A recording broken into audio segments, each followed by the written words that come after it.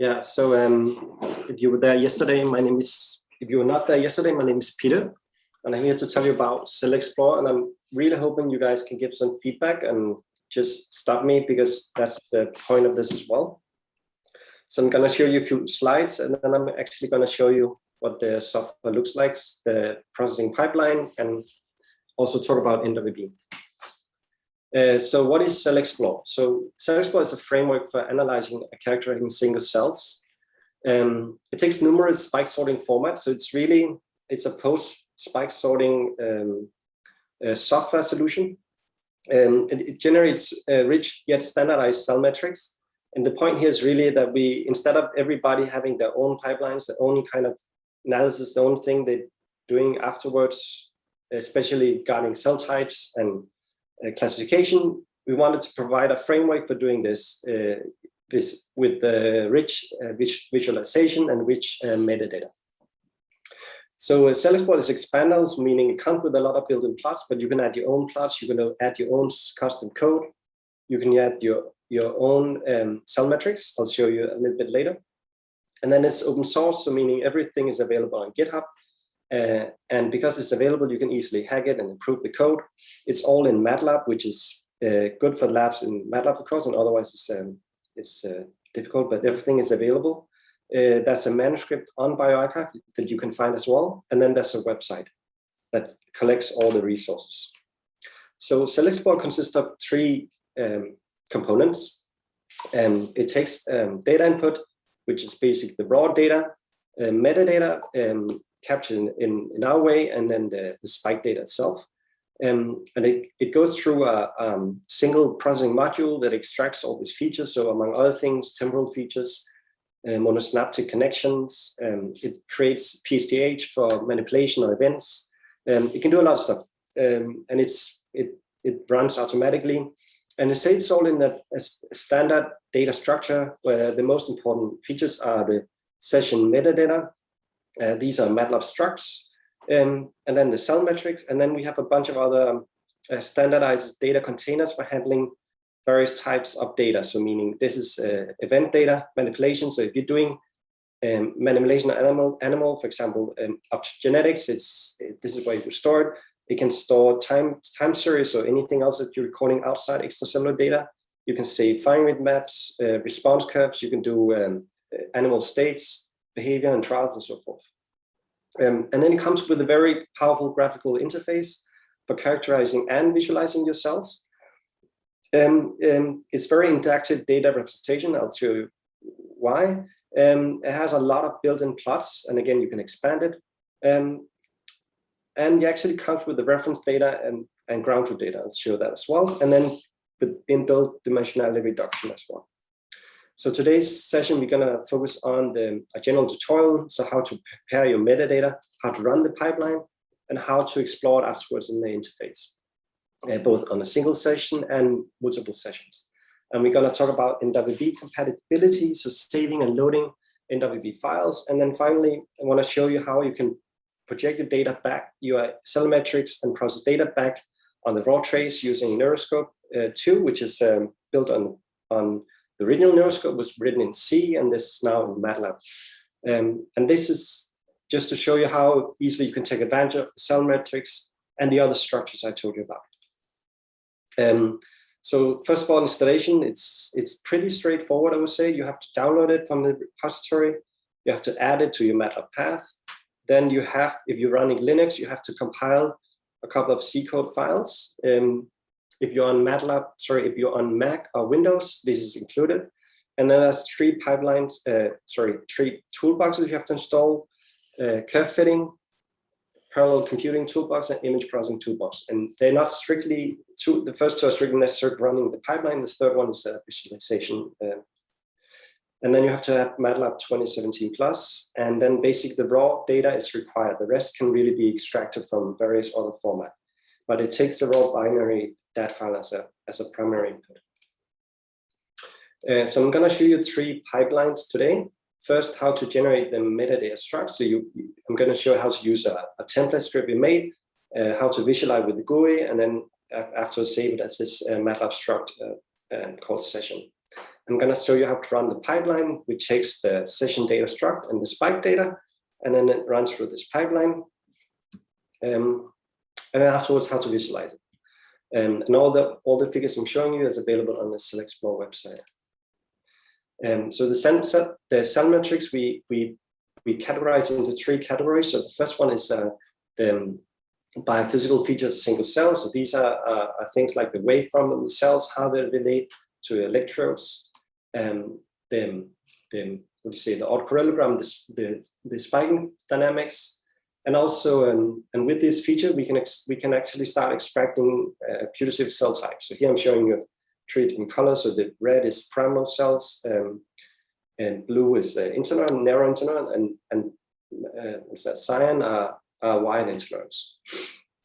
And then cellular, it gives you synaptic connections, monosynaptic connections. It will do a spike triggered average. It could be from events like in hippocampus, could be ripples. It could be from anything else like up-down transitions. You can also characterize LFP oscillations. And finally, it also relates to states and other more complicated stuff. Okay, so the data structures here, and I'm not going to spend that much time on them, but there is the session struct, which has a lot of fields inside it. And again, I'm going to show you actually what they looks like, but this is just to show the overview. And that actually brings us to the MATLAB tutorial. So here I have my data. This is a session that I processed before. It consists, let me show you. It consists of a, oh, where's my cursor?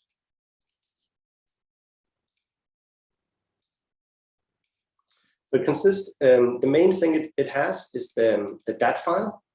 You also need something that contains the metadata. It's going to go into a session struct, but this has to be there. And then you have to have your spike, use cluster data. This is, in this case, we use Kilosolve, and this folder has the data in file format after the manual creation.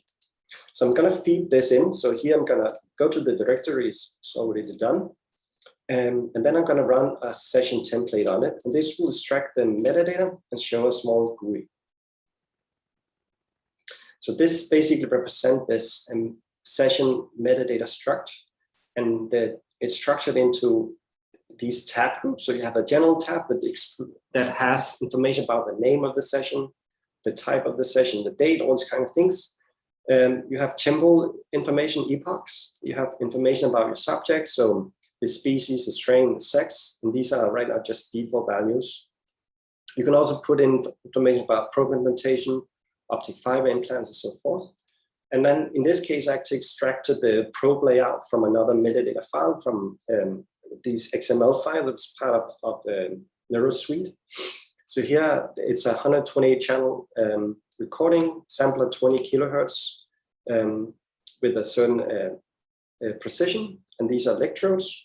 And then also it's important is defining the spike sorting output. In this case, it detected that the Kilosolve folder had the spike data in it, and the format is 5. But again, it supports numerous data formats, and this is saved in this structure. Okay, and how to actually access it is in MATLAB, you can say session, and then everything is organized by type. So you can say by spike sorting. In this case, that's just 1.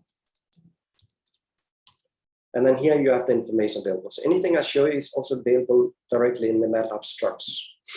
Okay, in this case, I'm going to do a little cheat, and then I'm going to not take the one we did with the template, but a one I had actually manually created. I'm going to show you what it looks like. So this is basically what I showed you before, but not this one.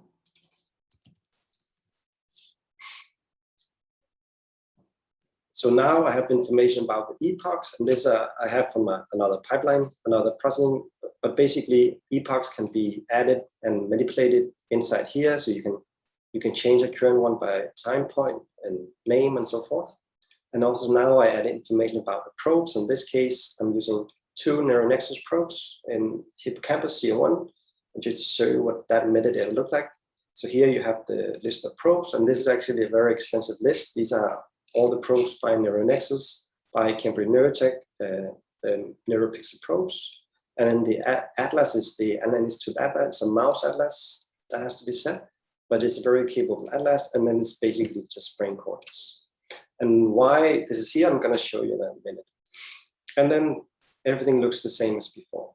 Okay, so to run it, we want to run this process cell metrics, and we're going to provide this session struct as an input. And what we'll do is we'll first, we jumping right in. Okay, so now it's processing, and this is going to take a few minutes, but there should be some visualization you can look at. And again, feel free to ask questions or stop me, because that's the whole point. So first of all, it detects if there's any channels that are noisy. This is automatically built in, and then it actually extracts all the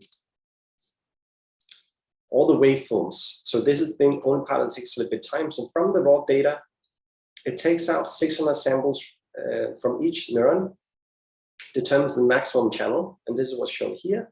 It takes out those 600 waveforms and determines the average waveform, and the rest here is really just it's all about as a control to see how it's extracted. So here you have the points that are extracted in amplitudes. Here you have the decay of the amplitude of this waveforms across the channel. So you can see this is a very nice exponential decay across the channels.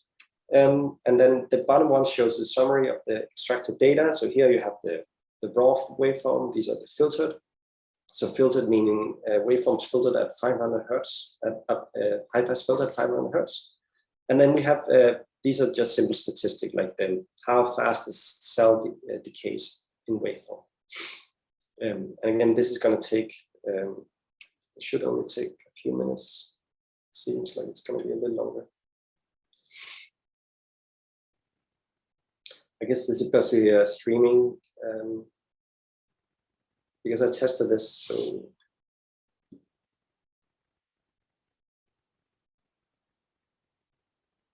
So maybe I'll show you a little something what it looks like. So the GUI I'm going to show in a minute is looking like this. This is CellExplorer. It consists of a variable number of plots. The top ones are basically what we call group plots. So these are each point is a cell colored by the cell type, and the bottom plots are the single cell metrics. So on the left side here, I'm showing the waveforms. I'm showing the autocorrelogram of the cell. I'm showing the layout. So we're going to determine the layout as from the processing function.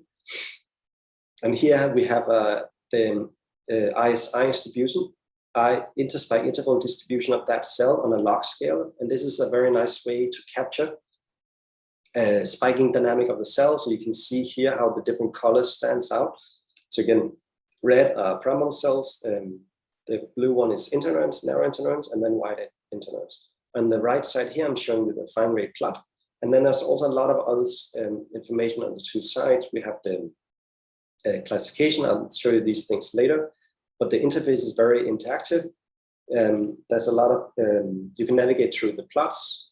And it comes with all these built-in plots, so like waveforms, ACG, interspike intervals, the cross-correlograms, the fine rate curve, response curves, and it has numerous ways to show these features from a single cell perspective, from the whole population as an image representation, and the group plots also have various plotting options. So let's go back here. And let's, again, this should not have taken so long.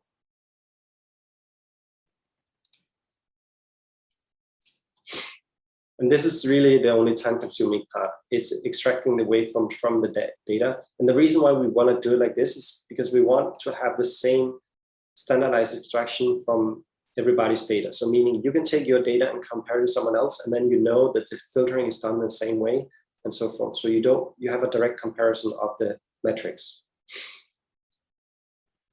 And these are the single waveform related.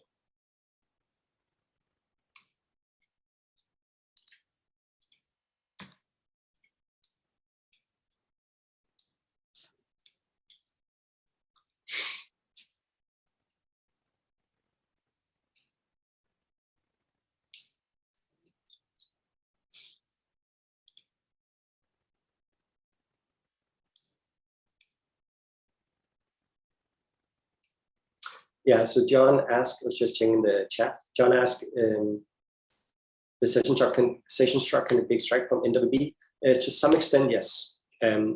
It can easily be done right now. It supports pulling the spike data from an NWB, but there's no direct support now for pulling out the metadata from NWB, but this is something that can easily be achieved.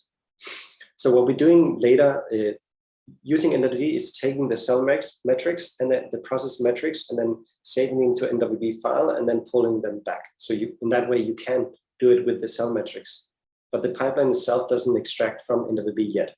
And this is purely because I haven't worked with NWB files, so there's no limitation.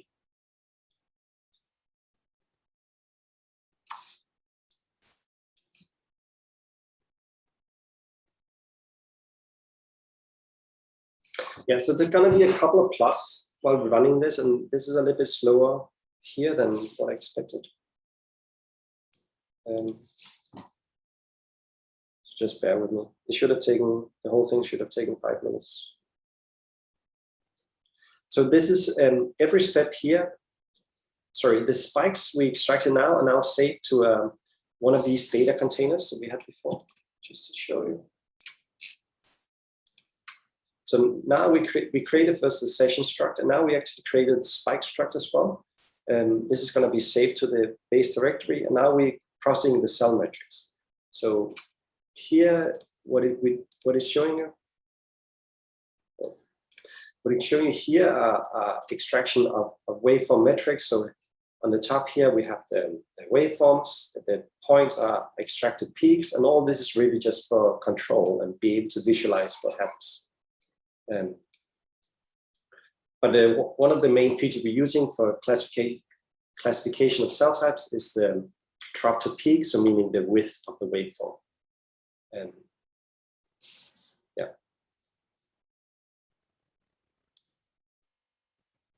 So now we're calculating the ISI distribution, and here we're using the parallel toolbox. So this has to start up the parallel processing. But once it's done, it's pretty fast.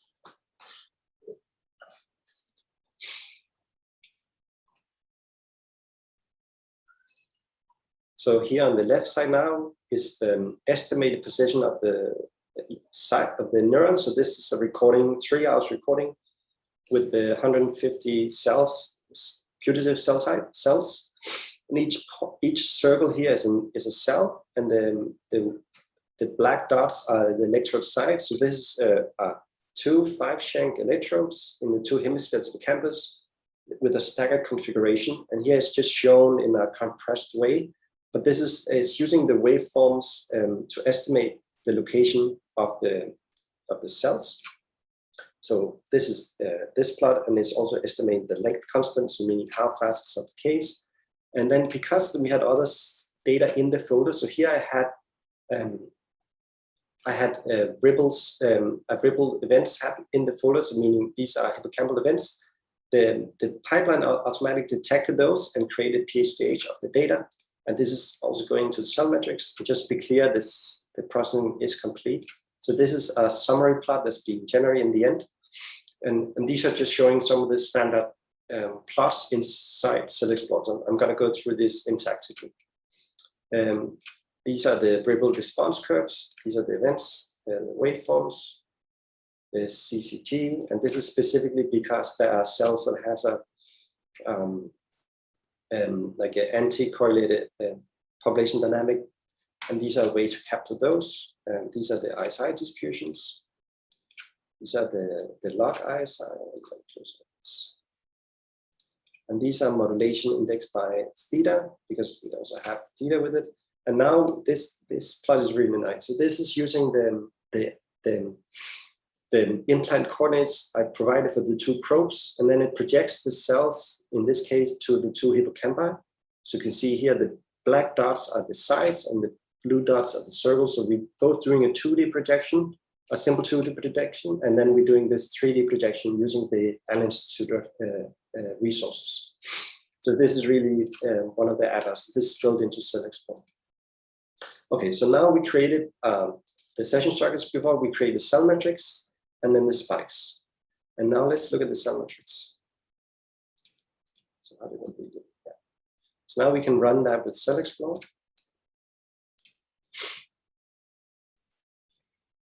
So this is a single session with 150 cells. So there's not that many cells, but it still captures very nicely. It's colored by cell types. And you can see as I'm moving my cursor, it highlights the nearest cell and tells me the identity of the cell and the ID.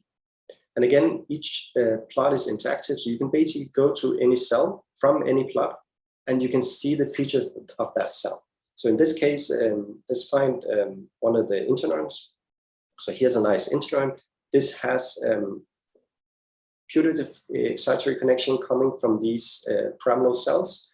The plot in the center is kind of like a classic way to look at single cells. It's how fat let me show a different plot. So these are the ACG of the single cell. We can also do this for the whole population. Because there's not that many cells in the population, it's hard to see the clusters. But like here, the black line is the current selected cell. So these are interneurons. These are high fine rate cells that are non-bursty, while all the red curves here are the pyramidal cells. And again, you can navigate these cells easily using mouse clicks. If you're doing a middle mouse click, you jump to that cell. And you can see as I'm going around, I can highlight the cells again. If I right click, I can now select a couple of cells and I can perform action in them. So if you press space, you can see in this case, it's selected 5 cells. They're going to be highlighted on the other plots. And now I can plot simple things like the waveforms. I can plot the position, the ISI diffusion, or the ACGs, for example, whatever I find is useful. So it's a very fast way to explore your data and finding cool things in it. Okay, so here on the right, I'm showing you Ripple PHDH, and this is actually not the standard, so let me just reset it. So once you start as a new user, it's going to show you a pop-up showing the various interfaces I showed before, and going to provide you a list of links. So basically documenting the keyboard shortcuts, the menu bar, preference, everything here is available online. And now we have this fine rate curve across time, and this is for the cells here. Because I selected pyramidal cells that projects to 2 interneurons, shows me also the connections, and this is modular, so you can turn this off. So sorry, I took all of them. Let's turn them off. So in this case, I only have this cell, which the defining of that cell across time. Underneath, it shows me the epoch I showed you before. So in this case, the data consists of 3 epochs: home cage, sleep, behavior in the center, and then sleep again afterwards. So these are the 3 ones here. And then below, we have a state score of the data. And these are states data that's being auto-detected and projected here. And to show you the kind of rich visualization you can do, in this case, I'm showing you a single waveform. I can also show you all the waveform on that cell, and again, where the cell is located regarding to the other cells in the population. And if you see this super nice trend, is because when you can see this diagonal cells are lying on a diagonal. And this is basically because when you implant in the hippocampus, it's pretty hard to hit this curved structure. You're typically going to see this kind of the cells lying on a line across your electrodes. And this is really captures really beautiful here. So now I show you all the waveform. We can also show the group averages by types. So here, and again, everything is selectable. So here I'm showing you the 3 main types. The current cell is highlighted in black. You can do it across channels. And now I'm showing you how the waveform on this cell is looking across channels. We can do it as image representation. So now each row is an electrode sorted by the electrode groups. We can do it as image across the population. So now the color signifies the amplitude of the cell in time. So this is in ±8 milliseconds. Yeah, there's a lot of inbuilt way. We have the trial iterations. So now it's the same as the small plot I showed you, but color-coded with the cells. So yeah, and again, everything is interactive. That's also the common coordinate framework. This is the Allen Institute representation. And again, all these are also interactive. And this is true for all the plots, especially waveforms have many visualization, but it's not only this.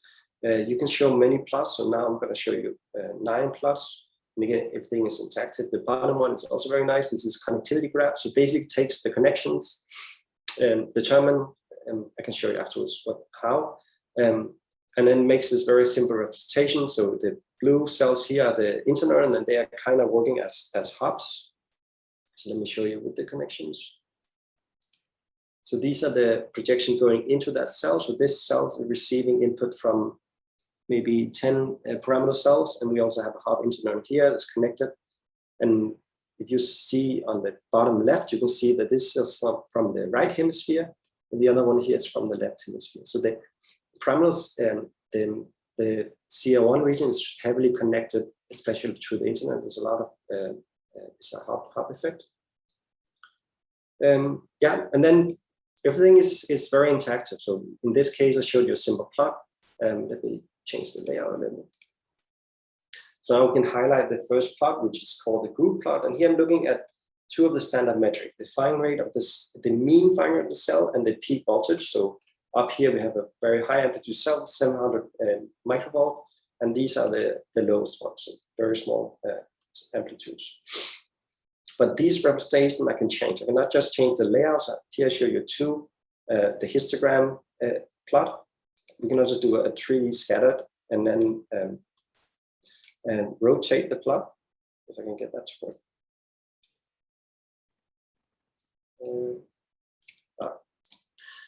We can also show a simple rain cloud plot. So this is a 1D representation, but what is nice is it very nicely captures population dynamics. Here we have the 3 groups. We're going to see connection inside.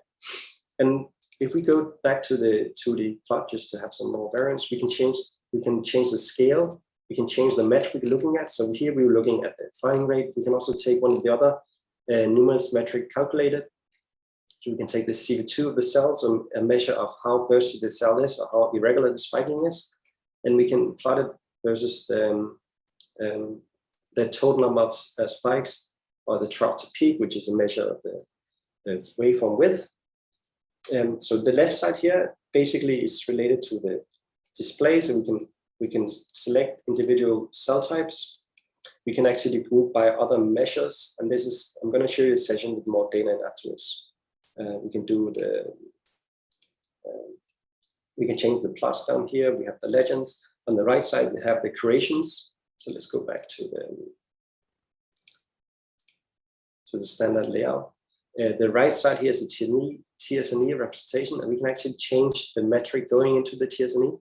And we can also do another representation that's a PCA, UMAP, and TSNE available. We can change the distance metric. So this really allows you to very quickly explore your data. And again, here, not just, you can actually interactively select which metric you're going to use. And you can also use not single metric, but also curves. So let's say we want to take the waveform C-scored in as an input, take the firing rate of the cell. The firing rate, which one is it? There's so many.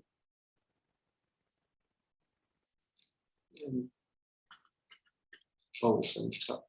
Firing rate, we have this. So now we're using the firing rate and the waveform C-score, so the trace. And I'm going to leave this parameter standard. And now we can calculate TSNE from those parameters.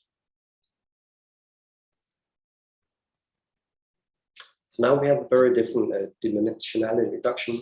And again, I didn't say this before, but the right side I focus on single cells. So right now we're looking at one of the narrow intervals. So here we have the metrics of those cells, the numeric and string values.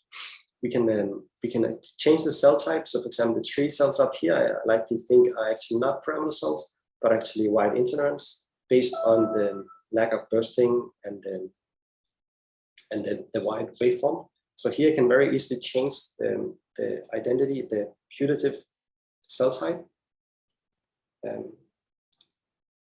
You can also add your own cell type. You can actually do it using not just a single selection. You can do it using polygon selection. So let's say you want to change the type of all the cells here on the left side. We can now change and then select them using a polygon. And again, we can do the plot, but we can, in this case, we just want to set the cell type. I mean, we're not going to change it, but we keep them as scenarios. But these kind of actions you can do. You can change the region, the brain region here. Again, this is accessing the Allen Institute Atlas. If you feel like you have more information available, because then, let's say you're putting hippocampus as a general region, and then you have more information from the location of the site. So here can be much more specific and assign a cell to much higher detail level. Okay, so let me show you what it looks like if you're not doing just one session, but actually if you're working with multiple sessions. And that's one of the advantages as well. So now I'm going to load in another cell matrix. So now I'm loading in a batch consisting of about 20 sessions, just to show what it looks like.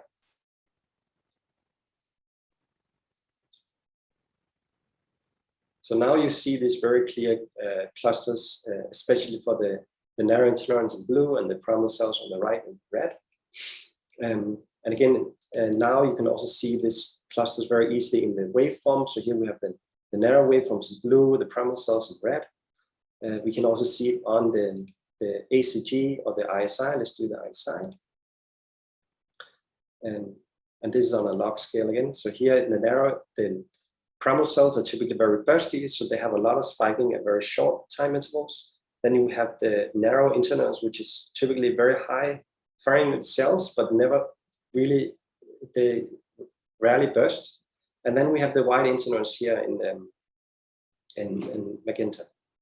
And now we can start playing with the grouping. So this is just by cell type, but we can now group by animals. So this session will collect 4 different animals. Now we're doing filters by animal. Again, you can start exploring specific animals together with all the other filters. You could do by, let's say, by sessions.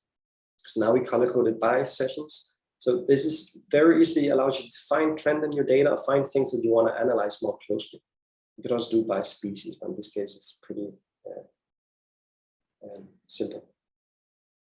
For synaptic effects, so these are now all the cells labeled as extracellular we have here. We rarely have inhibitory cells in the hippocampus, but all the cells here has been determined to be extracellular. It's about typically 1/3 of the cells in the hippocampus you can find connections from. Yeah, I think I've shown you a lot of unless there's questions. Yeah, so exporting up that I only showed you a very small fraction of this, so please ask questions if there's stuff you want to know more about. So one thing you can do is not just explore the data, you can also export. So there's a couple of ways to export. There's a classic the figure export figure dialog, but we also included a bunch of more, what do you say, some more nice ways. So here we have a kind of like supplementary figure where it takes a standard set of settings and creates a very nice figure for you. So let me show you what it looks like. And you can change these parameters as you're doing it. So here on the left side, we have the bursting of the cell, the trough to peak. We have now color, it's by the active filters. In this case, we color coded by the identity of the projection identity. But this way you can very easily capture like standardized metrics about your data and put it into the supplementary. Do it again.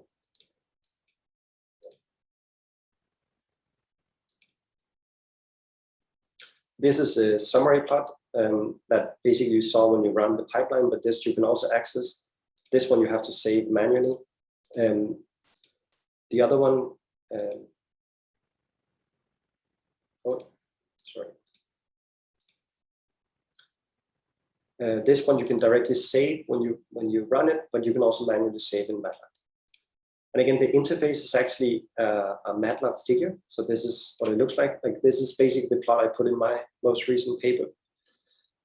So this captures the cell identity, the waveforms, the firing rate of the cells, the burstiness, sorry, the irregularity or spiking, and then the range of the amplitude of the cells, how well they're isolated by 2 different measures, and the fact basically 3 different measures of the population.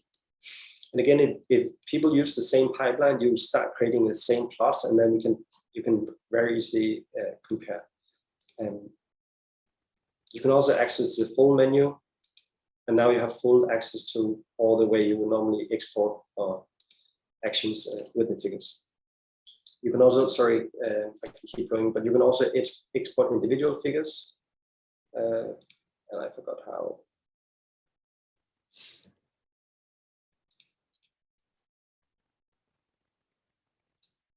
So here, if you want to export a plot, you can specifically select one of the 6. In this case, we have 6 active plots where we can export these 6.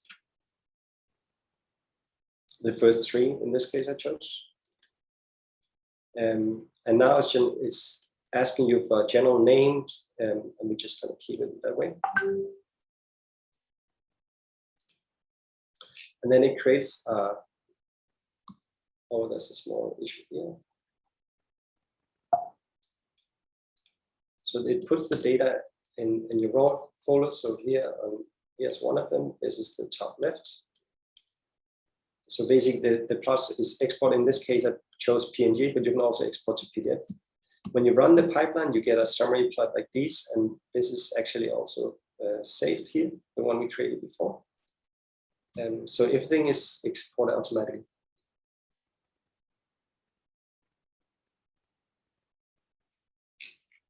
Yeah, thanks, John. Yeah, and all the processing I showed you right now, they run in one single script, but many of these functions are actually accessible individually. So you can extract the spikes, you can extract the waveforms, you can determine monosynaptic connection, and just to show what it looks like here, so we can take the current active session, and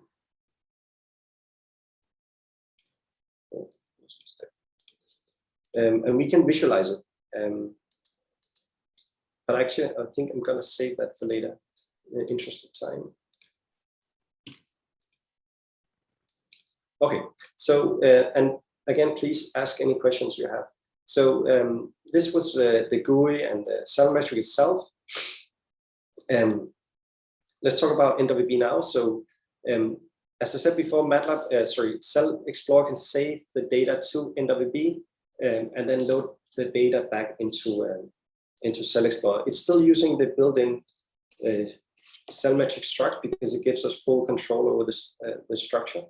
But for NWB, there's a tutorial available online. If you go to the CellExplorer website and choose tutorials, you can find it. It's also a MATLAB script. I'm going to show you in a little bit, which shows you the different ways to handle this. The main thing is there's one script that's being called other places that basically save the data to NWB. I'm going to show what it looks like, but there's also a couple other ways to save the data to NWB. So when you run a session, you can actually directly choose to save the session as NWB, which is not shown here, but I'll show you a bit later.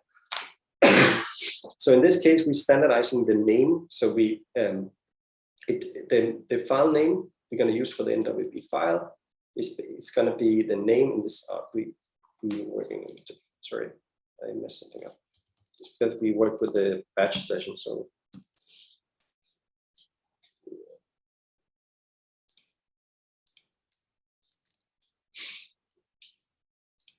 the session we created, we can say there's a couple of built-in ways to handle the data. So we're going to use this load cell metrics, which detects the local path and basically loads the data into memory. And now we're going to use this to export the data we just created, the metric we created. And this is the file we're going to use. And now we're going to use the script to export it. So hopefully it's going to work. No. Yeah. Show you stuff.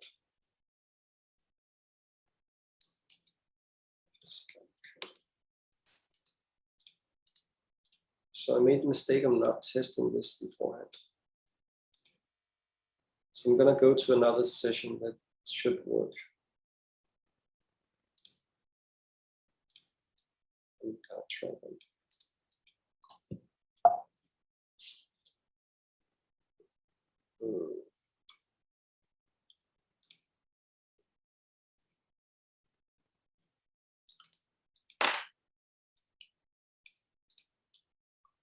That's a mistake.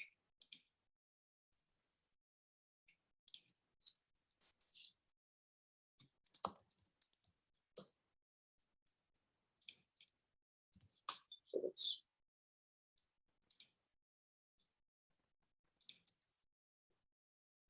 okay. So this is a different section. So this one should work.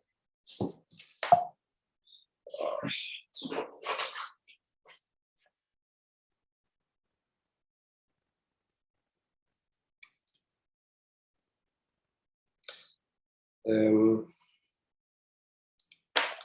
I think I have to send you this afterwards, and you can play with this because that I can't make it work. It's I can't do debugging now.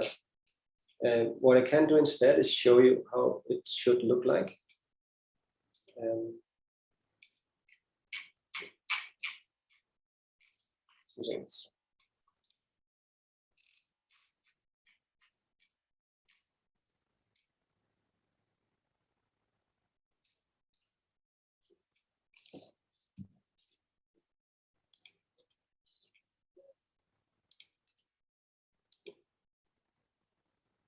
Yeah, so ideally we had created this file now, which is the same session, so I don't know what happened. And let's try to read it back into MATLAB instead, and I'm gonna debug this afterwards. So basically, this file path is still the same. So if everything works, it should load it back in.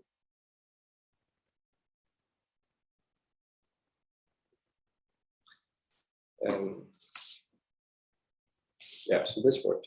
So I apologize for the error, but basically there's a couple of ways to save, but I think they're all, if there's a bug, I need to fix it.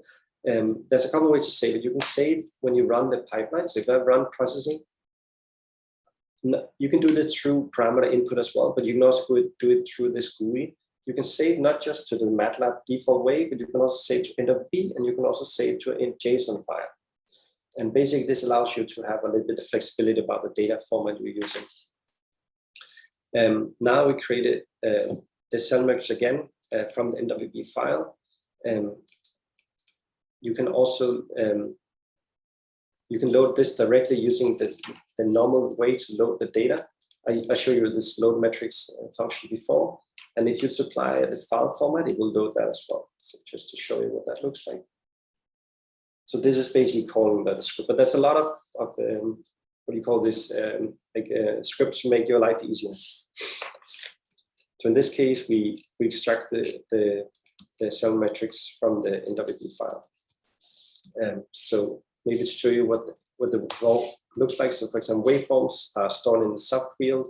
You want the filtered, it's like this. And if you want the first one, yeah, let me actually use Explorer. So the data is pretty simple. It's a lot of numeric and string values, and then it has these structures as well for handling more complex things. So like waveforms are stored here, connections are also stored here simply by pairs. So it's a really simple format. Actually now, maybe I can show you the connections. So this is the session we loaded back in from NWB, and hopefully this works now.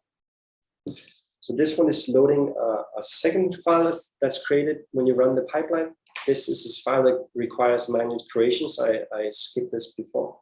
But basically, this allows you to inspect the connection determined using a script as well, and this allows you to curate this. And I'm saying you create because these pipelines they basically don't do it good enough, that you have to go through.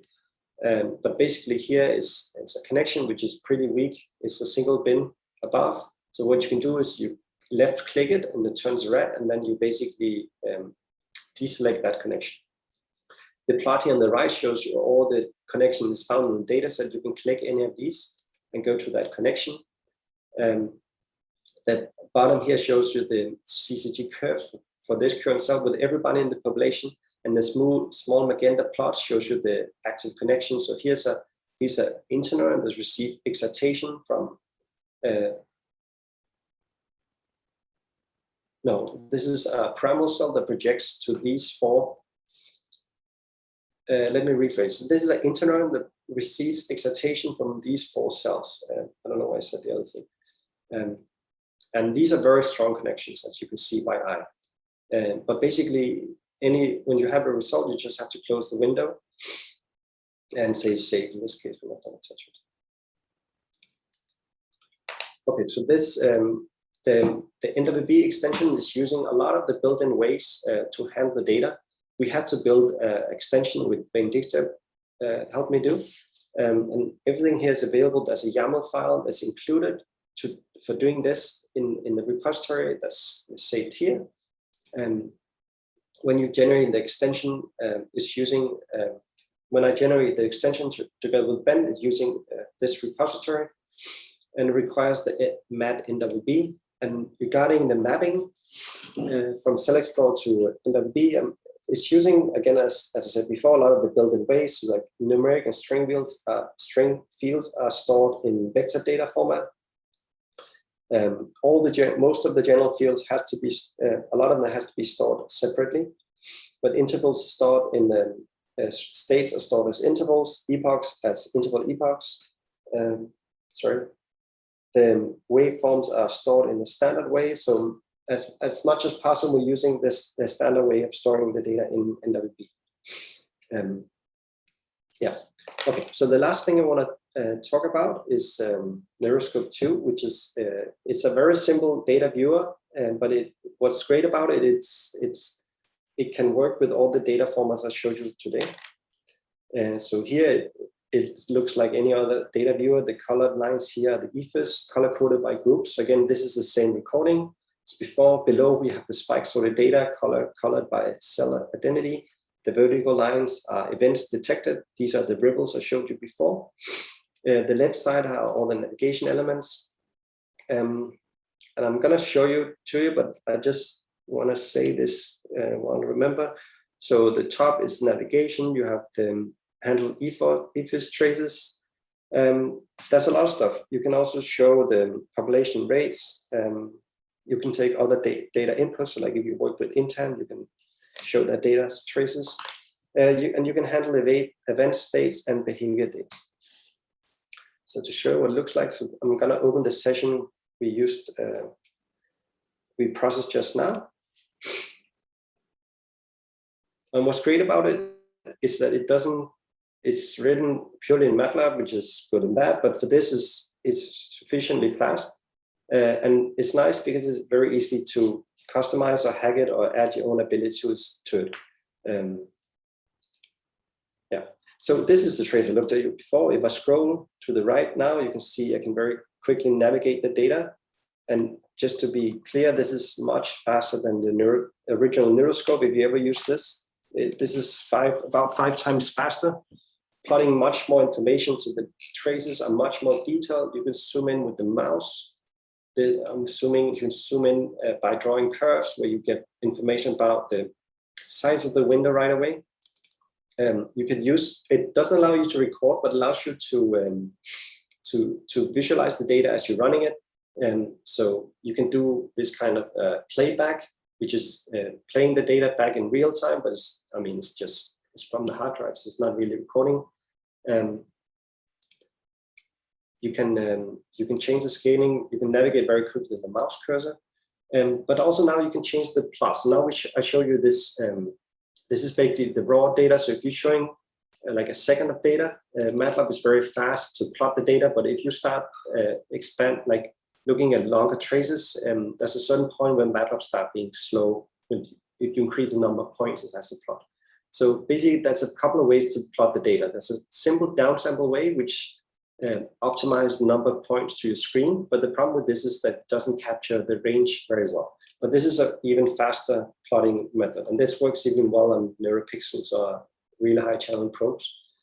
You can visualize what's called the LFP file. So if you used NeuroSuite before, you can work with the raw data, and then typically also this low pass filtered 1250 hertz typically sampled data. Yeah, you can basically see it in these different ways. You can change the colors very easily. I'm going to show you where it makes sense later. You can do trace filtering on the trace. And again, this is super fast. So in this case, I'm high pass filtering by 400 Hertz. So primarily looking at the spikes. You have the groups here colored. You can change the color by clicking the palette here. So if you want to change the first one to a blue, it's very easy to do. If you want to filter, you can very easily deselect. You can do all or none. So it's very fast for visualizing your data. You can also do not just filtering on the trace. Let's go back and see all the data. You can also do online spike detection. So now I'm detecting any spike above 100 microvolt negative amplitude. And you can see here and again, you can do this on raw trace. I'm just showing you how it's reloading from SSD, I have to say that, but it's a very fast visualization. You can make this capture very small spikes as well. So now we're seeing all the small spikes as well. And it captures from any channel, so it doesn't really take into account that spikes are occurring on multiple channels, but it still creates a nice visualization that you can use online. You could do the event detection. I'm not going to focus on that now. You can also use the layout of the probe. So this is the layout I showed before, color-coded. You can very easily find channels you want to show. And this is especially intended for very high channel count electrodes like neuropixels. So if you supply a map, you can do simple channel filtering, you can do the groups. And you can also do tags. And tags are great if you're working on analysis and you want to find a channel that's good for, in our world, it's like ripple detection. So let's see if I can find one. So here's something that could look like a ripple. These are high oscillation event, or maybe not. Here. Here's a nice ripple, and then you can basically highlight a channel using for that analysis. But you can also use the tags to filter channels to both removing and only looking at these. So in this case, I'm only looking at ripples channel. You can remove that channel. And these are very easy to add. You can customize it. You can use also the groups, the electrode groups, not just single channel. You can do nodes. You have a temple representation of the data here, which should have been a little more rich.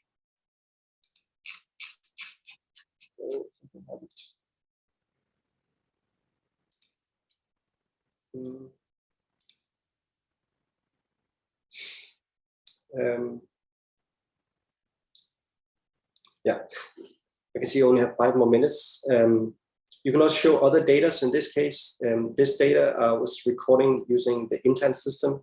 So in this case, I also recorded accelerometer data.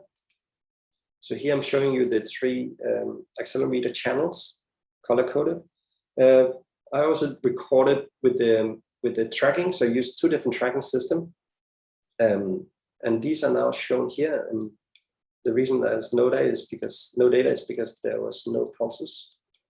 But here, this is doing behavior. See here, I have 2 different pulses. Let's turn off the accelerometer. So the yellow ones are camera recorded at 10 Hertz, and the blue one is up to tracking system recording 120 Hertz. And now you can very easily see how that relates to data. This could be stimulation event, it could be many things. Okay, so what else? You can also take advantage of the data type I showed before. So it can show you the spikes, the process spikes, the data we fed into the CellExplorer, and I'm going to show them below as we did before, but you can also show it on the plot. And maybe this is nicer. You can in this case, we're going to keep the cell, and we're going to change the color scale on the traces. So now this unit spiking really pops out nicely. And you can use the cell metrics, not just the raw. We can put them, let's keep them on the trace, and then import the cell metrics. And now we're color coding by cell types. So again, we can apply the filters. So now we're looking at the narrow interneurons and the pyramidal cells. The blue ones are the pyramidal cells. So here's a small interneuron. This is a big pyramidal cell. And you can also use the other metrics we had, like It could be brain region. It could be synaptic effect. So we can color code by synaptic effect, or we can change the sorting. So let's put the traces below. So now we have the sorting. The cells sorted by cell type. We can also sort them by something simple as firing rate. So now we have the cell with the high firing rate, the interneurons at the top, and the pyramidal cells underneath. We can filter all the cells here. I'm not going to do it now. We can show population traces. And this follows the logic of the coloring you do. So you can do it if you choose just normal cell identity, you get the population rate. If you choose the metrics, you kind of follow the grouping you do in the metrics. So now we're using the putative cell types. So you can see we get these population bursts at certain time points. You can change the smoothing, and you can also visualize other data types. So you can see how does the process, the manually created data relate to the data that came raw out of Kilosort, for example. So in this case, we're going to go to the Kilosort folder, and we're going to feed in the res file. And we can also do this for cluster quick and spiking service. But this can easily be expanded. And the res file is a bit big, so just be patient.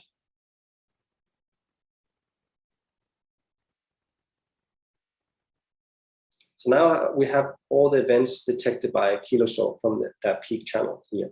And now we can project the other cells back to the trace, and we can now start seeing which of the cells corresponds to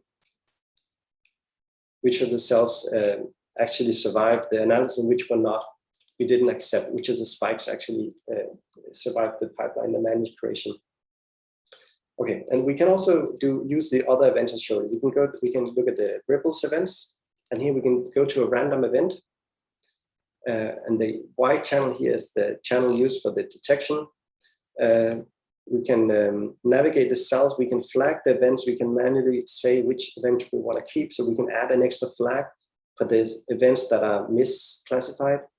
We can plot brain states, so now I'm going to plot brain state underneath. So this is state score. So now we have non-REM state here, and we can again navigate states. So this is awake state. We can also show behavior. So I'm going to go to the part where we had behavior. I'm going to turn on some of the stuff we had here.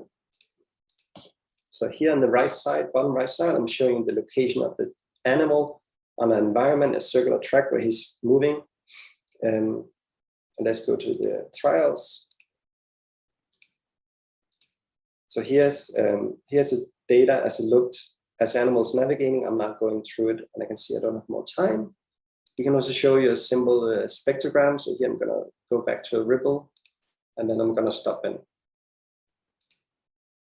Yeah, so here's a ripple, and we're using our channel to look at the spectrogram for the ripple. Yeah, that's it.